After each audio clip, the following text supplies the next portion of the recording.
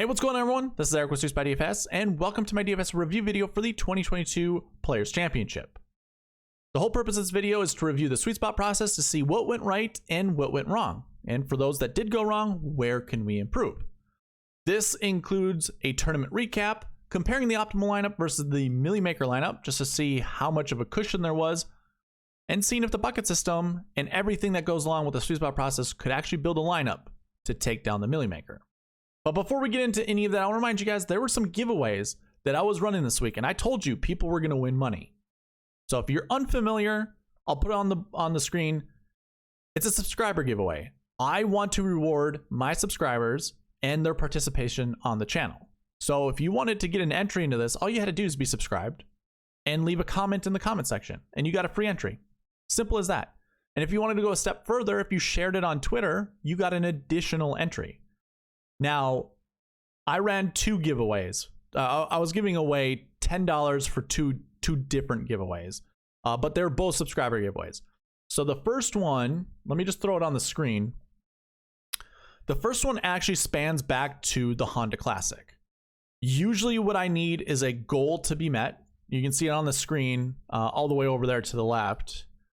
320 subscribers is what I'm looking to get to before running a giveaway, before running whatever giveaway I have next. We're 4 subscribers away from that now, but I felt generous with the Players Championship being around.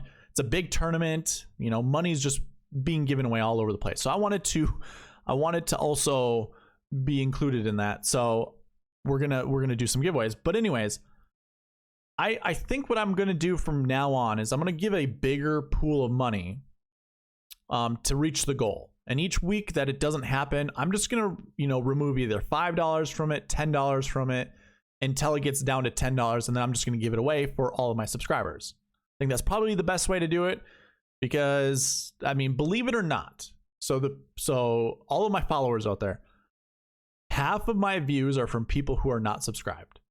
Like, YouTube gives us a lot of the analytics, and I can see half of my viewing audience not subscribed. So I'm going to give a little bit more of an incentive to subscribe. But anyways, subscriber giveaway. The very first one is going to include everybody from the tournament. The Honda Classic all the way to the Players. And if I scroll down, you can see API was included. And then the Players Championship. So 60 total entries.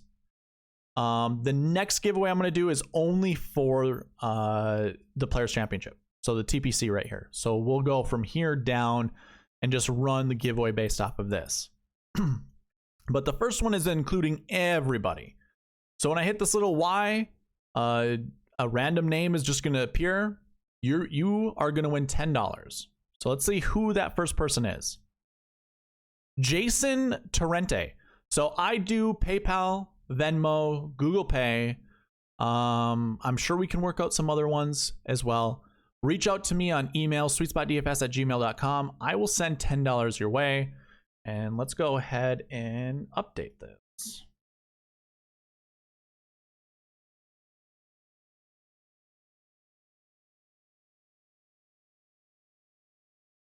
And today's date, 3/14/2022. All right, Jason, congratulations. Now, I'll let you know the formula that's in that randomizer is going to update. Anytime I hit the enter button or put new data in, it's just going to change. So no shot like Harden, you did not win this one. If I were to say hello, it's going to change. Any action that I do. That's just how the random function works on here. Anyways, the second giveaway we're doing, like I said, we're removing all of this, and we're just going to run for everyone who did the Players Championship. You know what? It's for, yeah, we can do it just for the entire week. I was going to just do it for the strategy video, but there aren't a lot of people there, and most of you guys are already repeat participants. All right, here we go. Moment of truth. Jason Crossno. So 2 Jasons win. That's cool. So again, you got to reach out to me in order to get that $10. Hopefully you're watching the review videos. If you're not, shame on you. That's part of the reward.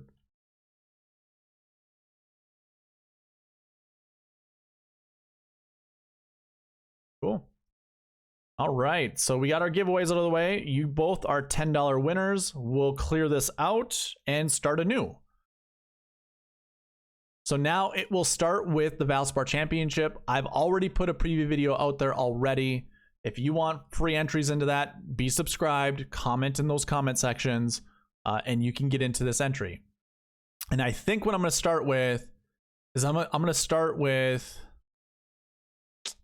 Well, we need to get to 320 subscribers. So I'm going to leave it.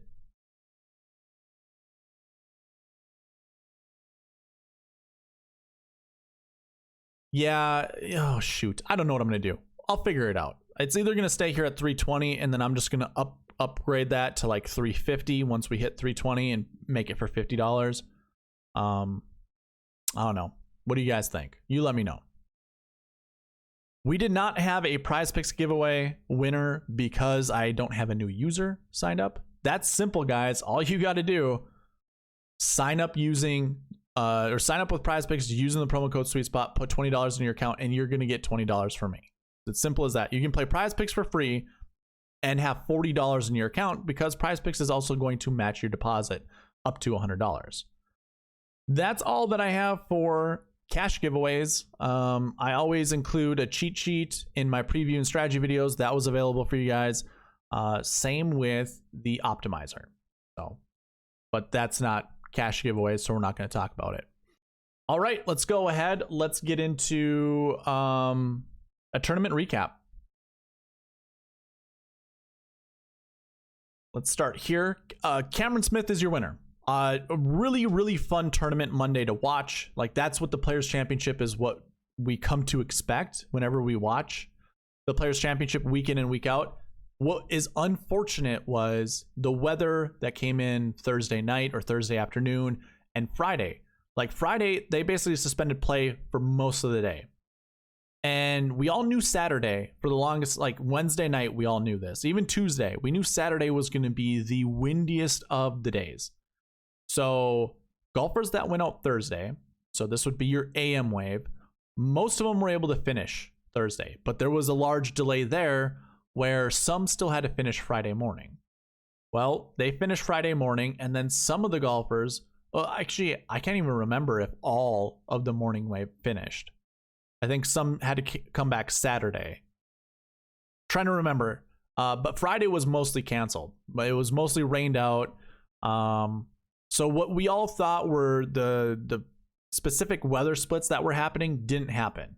You know, it looked like the PM AM wave was going to be the best because we were anticipating Thursday the AM wave was going to go out, finish, the PM wave was going to come in and most likely finish, if not get most of their holes in, and then that PM wave was going to start, you know, the next day, Friday, and pretty much finish before any weather came in. But even when it was delayed, which we weren't even sure that was going to happen, but once it was delayed, it almost felt more in the favor of the PM-AM wave. But then Friday was just torrential rains. I think there was even a tornado watch. It was basically suspended at like 11 a.m. So nobody played golf Friday. I think maybe a few people got a couple holes in, but yeah, for the most part, there was no golf. So then Saturday resumed. And you needed to get the PM golfers to get 36 holes in. So they played throughout most of that wind, which was extremely unfair. That's just how it goes, though. That's how the cookie crumbles. You know, I don't know what goes into tee time making. Like, I think Byung-Hun An for the longest time was really disappointed because it's like alphabetical order. And because his last name is An, he was always the first golfer off of the tee. And I think even this year it was Keegan Bradley, if I recall. I can go ahead and put a filter on this.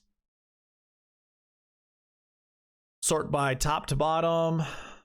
It was not Keegan Bradley. And in fact, there's your first tee times have no alphabetical order or whatever to them. So I don't know what it was for the Players Championship. I didn't hear anybody really complain that they got a bad weather draw. It just happened to be, you know, that's just how it was. I can't think of the word I'm looking for, but it didn't seem like because of a stupid criteria that certain golfers had to go off at certain times. That's how the cookie crumbled. That's how the cards were dealt, whatever you want to say, whatever analogy. It just was unfortunate. So to me, it was an unfair, an unfair test to what a players championship is supposed to be. Those that did survive the cut, it was after that, but those that were trying to make the cut, not so much. With that being said, you can look at the top of the leaderboard here, and you can still pick out, some PMAM golfers that showed up inside the top 10. And like I was saying this to a lot of people I was talking to on Twitter or whatever, no matter what happens with weather, it just so happens to be most of the time you still get that 50-50 split between AM and PM golfers inside the top 10.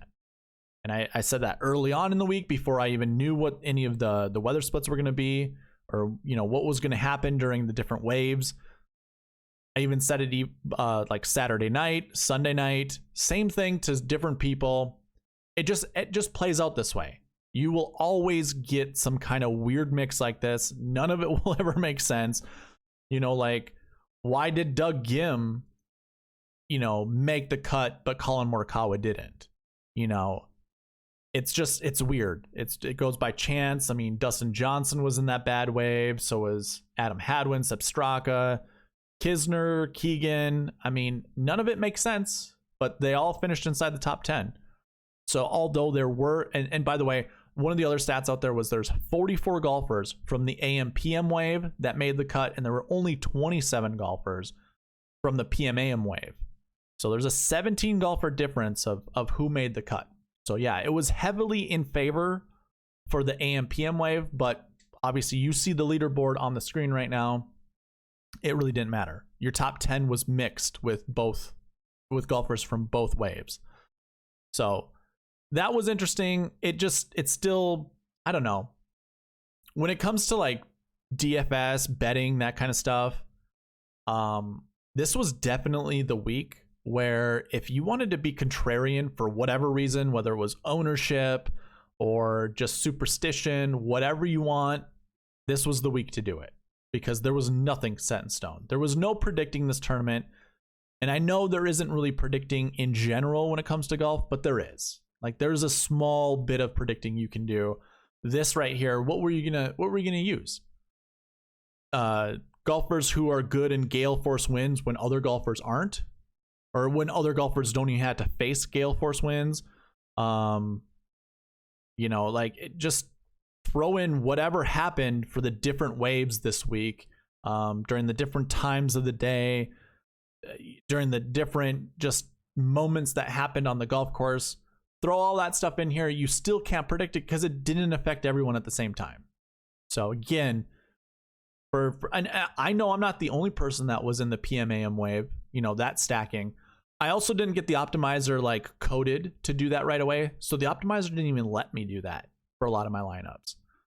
I kind of tried a little bit with the remainder of, golfers that weren't in group numbers. So if you got the optimizer, you know what I'm talking about. But that still provided, a pretty even split. If not, it favored more of the AM PM wave golfers for whatever reason. So I was fortunate. I didn't make a lot of money. I didn't even make my money back, but mitigated the losses. So that was good. But yeah, like I said, I know people hate saying you can't predict, or not so much hate. They hate when you say you can predict golf. Everyone says you can't. But for the most part, you can get favorable course types. You can, pin golfers with course fits, that kind of stuff. And they're going to have some kind of, success at this tournament. One other thing that I realized before jumping on here, how many guys from Florida are inside the top 10? Like, let me clear this out and just look at golfers from Florida. I guess Georgia would work. What else? We got the Carolinas, North Carolina. Let's go with South Carolina. South Carolina, let's see. Anybody else down there? No, we'll keep it this way. Like, look at how many top, 20 golfers. There's 13 of them. Scroll down. Yeah, we do have our fair share of missed cuts. 24. But of those that made the cut versus those that didn't, 25 versus 24. So it was an even split. So it's not like it was, yeah, it wasn't that big. A lot of Georgia guys down here. Maybe I should take out Georgia and just go with Florida. Just look at all Florida guys. So we had what? 14 missed cuts from Florida, where we had 19 made cuts. And this is their home residence earlier this year that I got from PGA website. So I guess if we went with an all Florida team, we had a pretty good chance of doing well. Who are the notable guys that missed the cut? Brooks Koepka, Billy Horschel. So I had a 6-6 lineup through in the dime time that was like got all the way up to 14th place with Billy Horschel withdrawing from the tournament. He made the cut, but then sometime during Sunday he's like, nope, I'm out of here. Peace. I'm going to withdraw. So that was unfortunate. But yeah, you have Billy Horschel, Brooks Koepka, and Patrick Cantlay. Those are your only three guys that are really notable to talk about up here. Everybody else made the cut. I mean, I guess you could talk about Gary Woodland, but 8,000 and above, those are your main dudes. All your $10,000 golfers that were from Florida and above made the cut, did okay. So hey, something to look at maybe next year, maybe not. Maybe you just scrap everything because of the weather. Another thing to look at, I guess, is Pete Dye results. I heard like the Travelers comp and stuff like that. Yeah, whenever I do, what I've learned over the years is the data that I gather, I can never find more than two guys inside the top 20 of that stat. So if we go by overall die stats, not very good. How about top 10 die success rates? Just one guy in the optimal lineup. All of last year's Pete Dye stats, only one guy in the optimal. So you really can't go with Pete Dye, which includes Travelers Champion. It's like 5 events. That's it. Like you've got, I think, what, RBC Heritage? Is that one? Can't remember off the top of my head. Heritage, the American Express, this tournament, the Players Championship. There's a 5th one in there. Is it the Zurich, maybe? I don't remember. I think so. But either way, that didn't work out. And then my bent grass stat that I told you guys to use, like, okay, we have one with Victor. Top 10 success rate, nobody. Last year, grass stat, nobody. So really difficult to look at these grass stats and try to figure out. It was an overseed, remember. I just told you to use bent grass because it just seemed like the most logical grass to use. It was not Bermuda, so don't get at me with that. If you do, I'll come back at you. It was not Bermuda grass. Yeah, so I didn't put Bermuda in there. I don't have the overseed stuff, so I'm not talking about it. But yeah, that's kind of your recap and ancillary stuff. Let's get into that GPP versus the optimal lineup piece that I like to do. So I'm going to hide some of these columns just to bring in what you can see over here on the right side. I think what I want to do is, it doesn't really matter if you see these events because they don't really matter.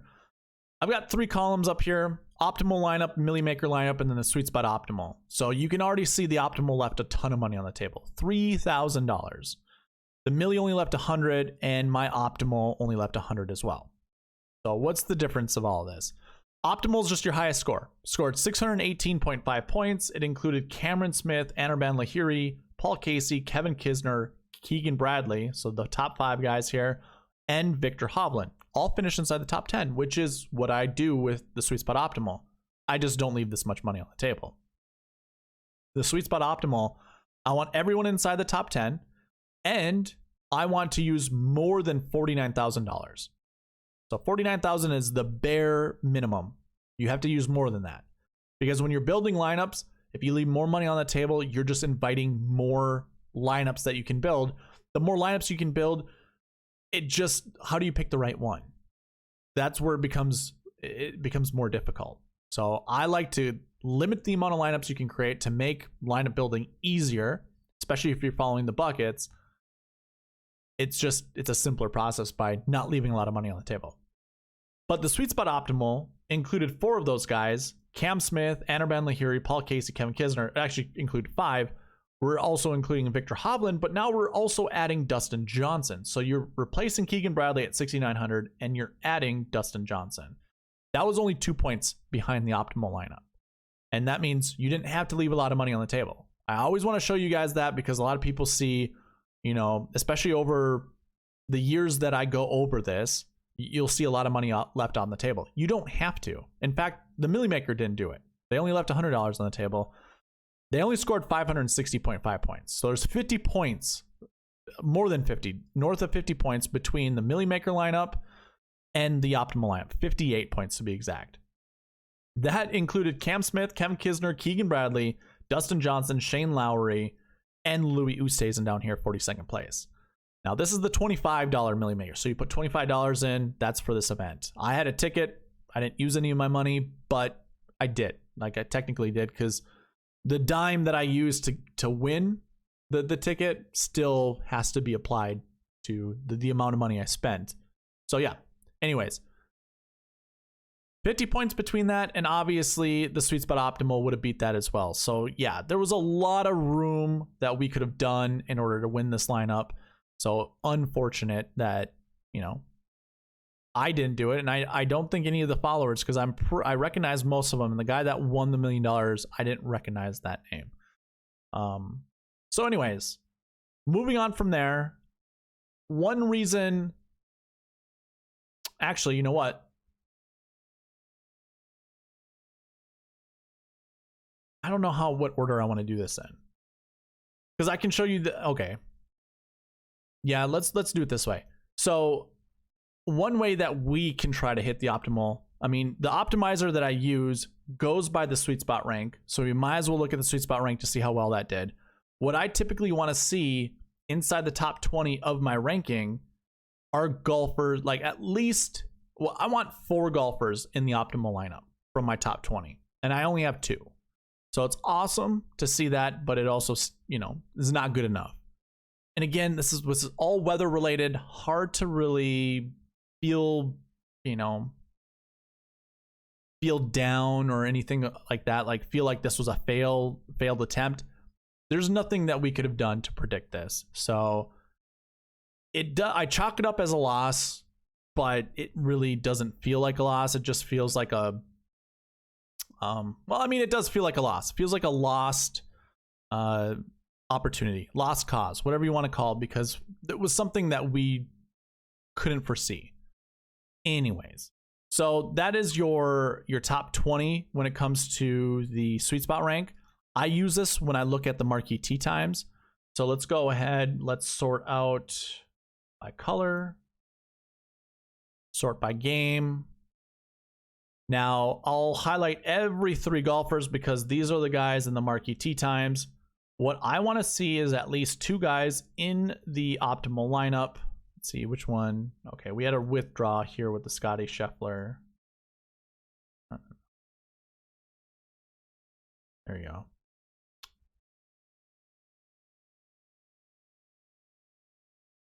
Whatever.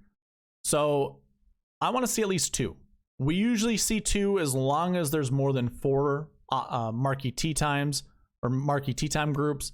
We had 7 this week, so we see 3. Usually that's kind of my rule of thumb. You almost split in half the marquee tee times. How many are there? Marquee tee time groups, I mean. How many are there?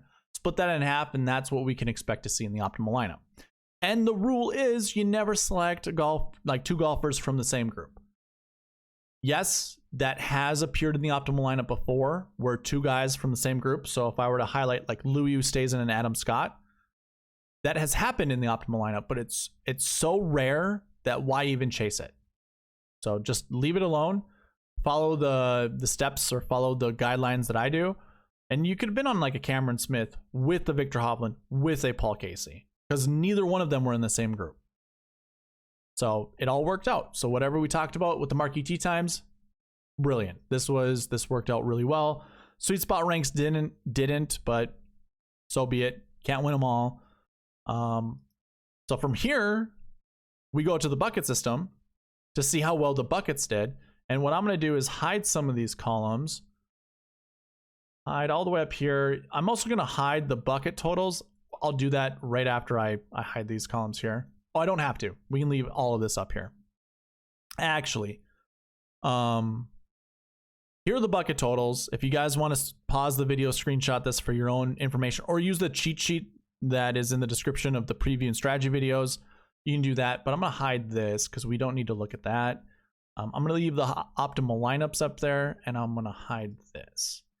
So this column over here does a calculation. It first looks at how many top 10s that bucket had. So if we kind of cross reference this, we had 2 golfers inside the top 10 that were in the last year 1 bucket. You can see what we project over here. So what this little formula, why this says yes or why this says Y, is that either, like, if this number is less than the max number, then it's just an automatic Y. If this number is for whatever reason over this number, it will then kind of look back to see what was in the optimal lineup versus the minimum. And you know what? I need to hurry up and update that.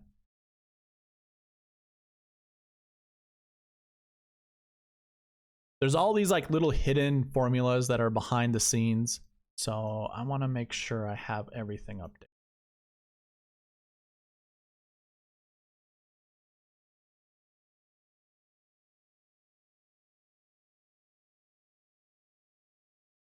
Some of this has to be hand. It's okay. And then what was the sweet spot optimal? I think it was these 4 plus Victor plus DJ.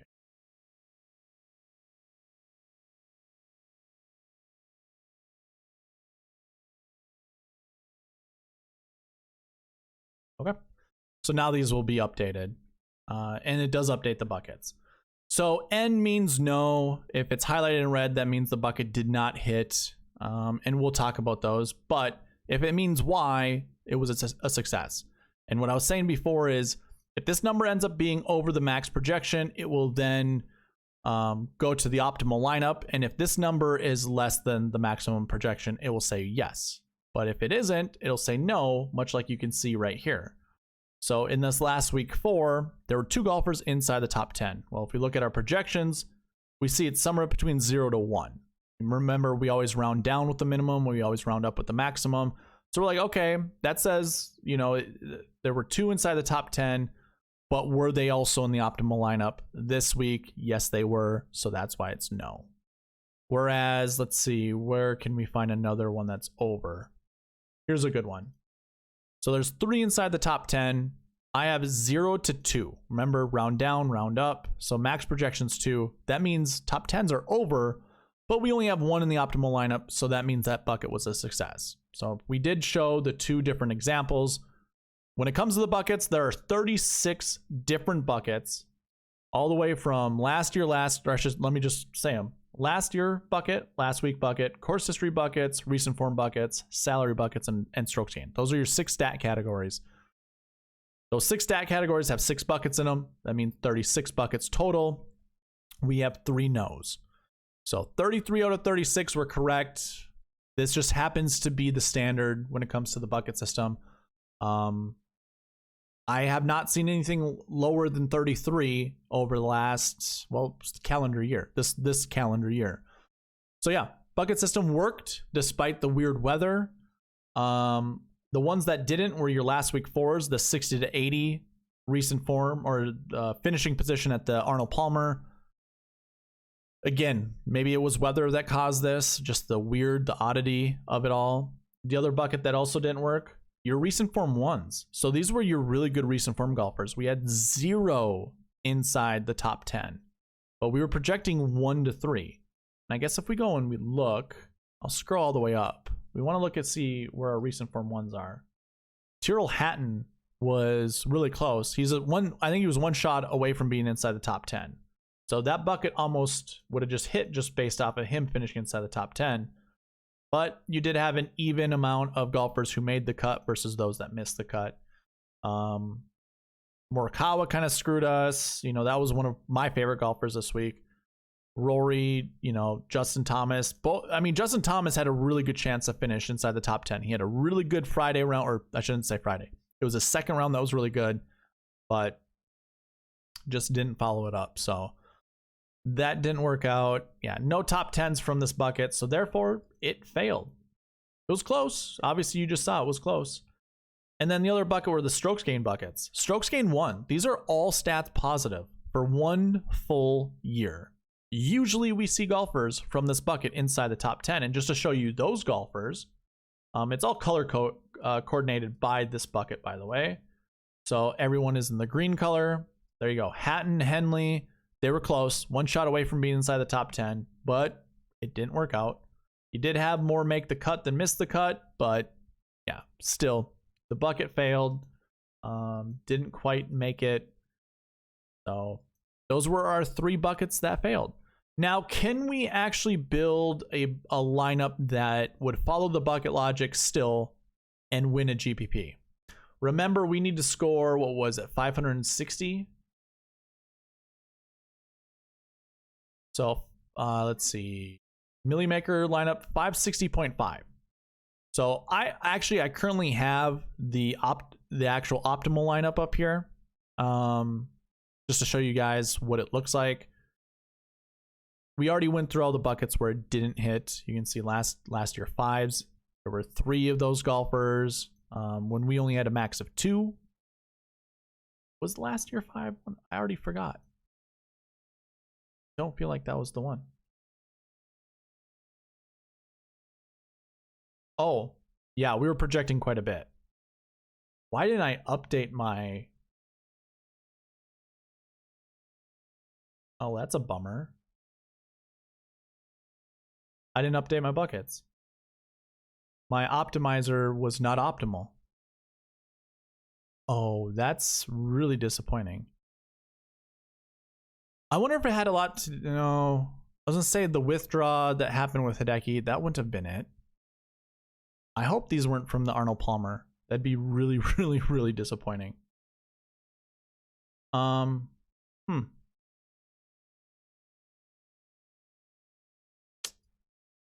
This is not updated properly either.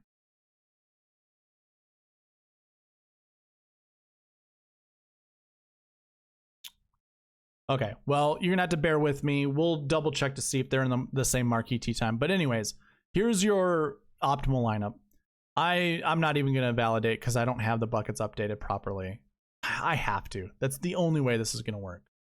Excuse me, I'm sorry. Shouldn't take too long. All I have to do is go down the list.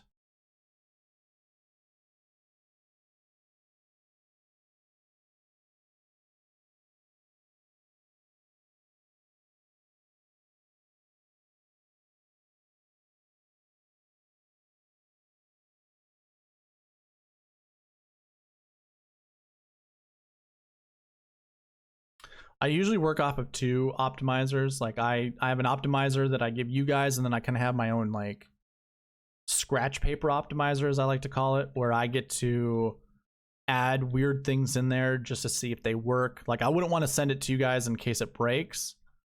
But it's just my little tinkering optimizer. Switch those up.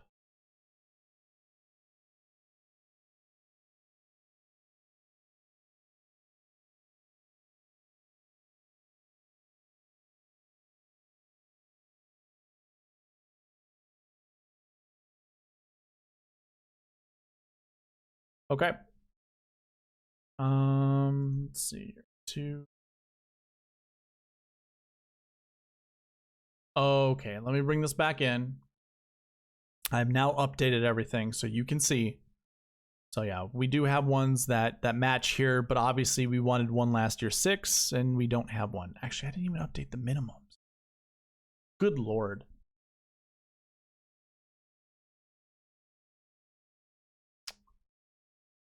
Great value, I know.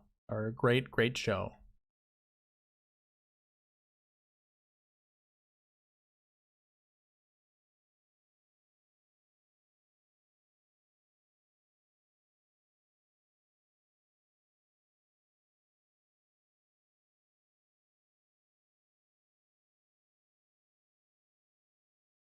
I probably would have ended this video by now. and just restarted, but I'm not going to. We're going to keep it as is. I apologize. Okay. I think we have everything now. For salaries, looks like that 0, 1, 7K. That's it. Okay, yep. Everything is now updated. I apologize, guys. I'll make a timestamp right here to start. So yeah. I have already the optimal lineup in here. The golfers we already just talked about. You can see the conditionals, like if we go down here, most of these match. So at least these work out. Obviously we know course history 2 didn't work out. Oh my god, did it really actually not work out? Is that one of the buckets that didn't? It's 0 to 2. Should be 0 to 2. Okay. Actually no, 1 to 3. Should be 1 to 3. But we did have one inside the top 10, so that's why it worked out. Okay. Gosh, man, I'm just getting really confused here. We have the optimal lineup in. That's what I got to remember. All right, long story short, let's just go in. Let's follow the bucket logic. Can we create a lineup just by hitting the optimizer? Remember, we want 49,000 or greater. We want to score over 565 points, and we do with 584. So we would have done it with a Justin Thomas, Dustin Johnson, Cam Smith, Russell Henley, Keegan Bradley, and Urban Lahiri lineup. So yeah, sweet spot process would have taken it down had we been on those golfers, if we let the optimizer kind of create that way. It all that all goes down to what I have for the sweet spot metric. 584. I don't know why I'm having a mind blank. Yeah, 560 was the milli maker. So yeah, could have done it. Wouldn't have been close to the optimal. It would have been 30 points away from the optimal, which is fine. It's all about pursuing the optimal. If we miss, we hit the GPP winner instead, and winning $1 million still feels pretty good, even if we don't, hit the optimal lineup. So sorry that took way too long. A lot of me just figuring stuff out at the end. If you did make it all the way through, I appreciate it. Thank you very much. But yeah, sweet spot process worked. Good to see. I got nothing else for you guys, so we're going to leave it there. Thank you guys for watching. Please leave a like, comment, subscribe, all that good stuff. I will see you in the next one. All right, bye.